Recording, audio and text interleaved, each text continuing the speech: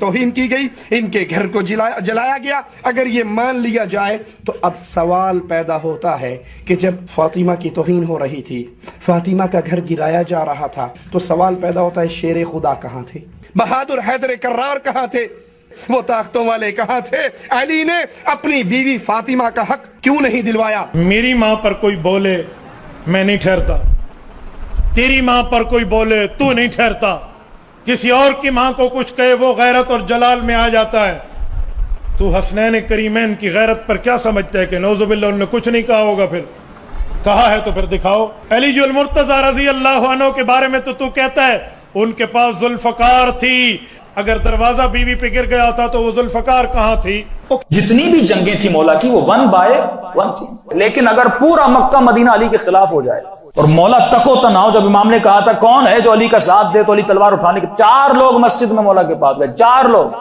امام نے کہا میں 4 لوگوں سے جنگ کیسے لڑوں گا؟ جنگ صفین میں اگر 1 مین شو کرنا ہوتا تو مولا پورا لشکر کیوں لے کر جا رہے ہیں؟ امام فرماتا لوگوں کا ساتھ نہیں، میں جنگ کیسے لڑوں گا؟ اصل ہے امامت کا ساتھ دینا، ورنہ مولا علی تو کیا پروردگار عالم اگر چاہے تو کیا فرعون کے لشکر کو نہیں الٹ سکتا تھا؟ خدا چاہے تو آج سارے فرعونوں کو ختم نہیں کر سکتا۔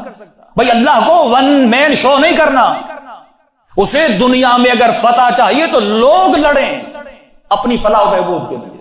اس وقت بہترین کام یہ تھا کہ لوگوں کا اصلی چہرہ دکھایا جائے، اور وہ چہرہ دکھانے کے لیے بیسٹ آپشن تھا کہ جناب سیدہ دروازے پر جائے، تاکہ تاریخ میں آنے والوں کو پتا چلے انہوں نے نبی کی بیٹی کا بھی احترام نہیں کیا۔ اگرچہ اہل حدیث اور غلام عثمان ظہیری اس روایتوں کو صحیح سمجھتے ہیں اور الٹا وہ تعویل کرتے ہیں کہ اس میں تو حضرت فاطمہ کی بڑی شان بیان ہو رہی ہے کہ بھئی خلافت کے لیے مشورے حضرت فاطمہ کے گھر ہوتے تھے، تو جا کے حضرت عمر نے دھمکی لگائی۔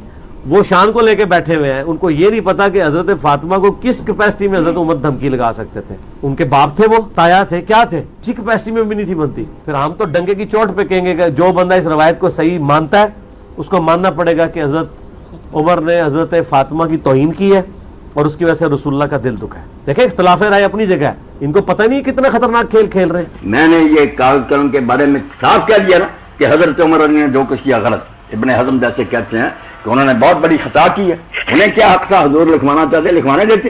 جو بات صحیح ہوگی شاہ صاحب میں وہ کہہ دوں گا، مجھے کسی کا ڈر نہیں، نہ میں پرواہ کر لوں۔ مولا علی کہاں تھے جب جناب زہرا پہ دروازہ گر رہا تھا؟ علی گھر میں تھے۔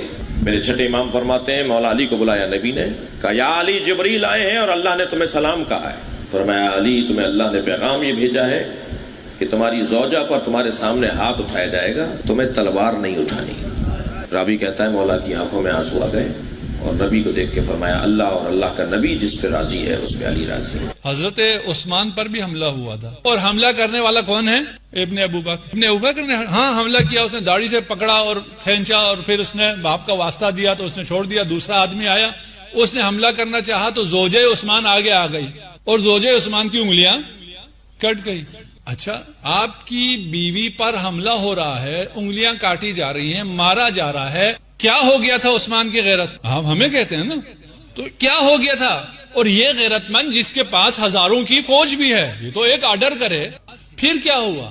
کہتے ہیں رسول خدا نے وصیت کی تھی حضرت عثمان کو کہ صبر کرنا، اور یہ بہت بڑی فضیلت ہے کہ انہوں نے صبر کیا، ان کی زوجہ کو ان کے سامنے مارا گیا، انہوں نے رسول خدا کی وجہ سے صبر کیا۔ یہ جو آپ سے کہہ رہے ہیں نا، یہ کیسے ہو سکتا ہے کہ علی کے سامنے یہ ہو رہا ہو اور علی کچھ نہ کرے؟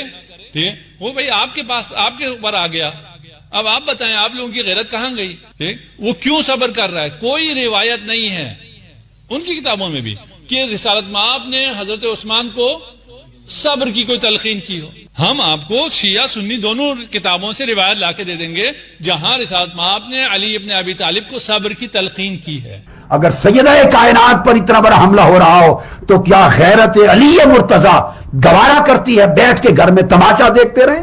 اس پورے واقعہ میں مولا علی شیر خدا کہاں گئے؟ ہے جو کلمہ گو ہیں وہ اصحاب جو رسول خدا جب وضو فرمایا کرتے تھے تو وضو کا پانی زمین پر گرنے نہیں دیتے تھے، اس کی بیٹی سے ان کی رحلت کے فوراً بعد یہ ستم اور یہ سلوک ہو، یہ ممکن ہی نہیں ہے۔ اگر کچھ نے کیا تو باقی خاموش رہیں، یہ بھی ممکن نہیں ہے، یہ نہیں ہو سکتا۔ ہم بھی یہی کہتے ہیں کہ یہ نہیں ہو سکتا۔ یہ کیسے ہو سکتا ہے؟ یہ کیسے کلمہ گو ہیں؟ لیکن ایسا ہوا ہے، اسی بات کا تو رونا ہے۔ آیا یہ نقل نہیں ہوا؟ تاریخی کتابوں میں یہ واقعات نہیں آئے؟ تاریخی کتابوں میں درج ہیں۔ جناب سیدہ کا خطبہ عیناً یہ موجود ہے، فریقین میں موجود، سنی شیعہ دونوں نے اسے نقل کیا ہے۔ آپ کہتے ہیں یہ نہیں ہو سکتا، اس سے پہلے بھی کبھی ایسا نہیں ہوا۔ تمام امتوں میں یہ کام ہوا ہے۔ بنی اسرائیل کو ویژول معجزات ملے تھے، ان ویژول تمام معجزات کو دیکھنے کے بعد جب حضرت موسیٰ 30 دن کے لیے گئے، 30 دن بعد واپس نہیں آئے، 31واں دن 32واں دن یہ سب کے سب مشرک ہو گئے، گوسالہ پرست ہو گئے۔ حضرت موسیٰ کے سارے اصحاب یہ سارے معجزات دیکھنے کے بعد کیسے ہو سکتا ہے؟ نہیں ہو سکتا، لیکن ہوا ہے۔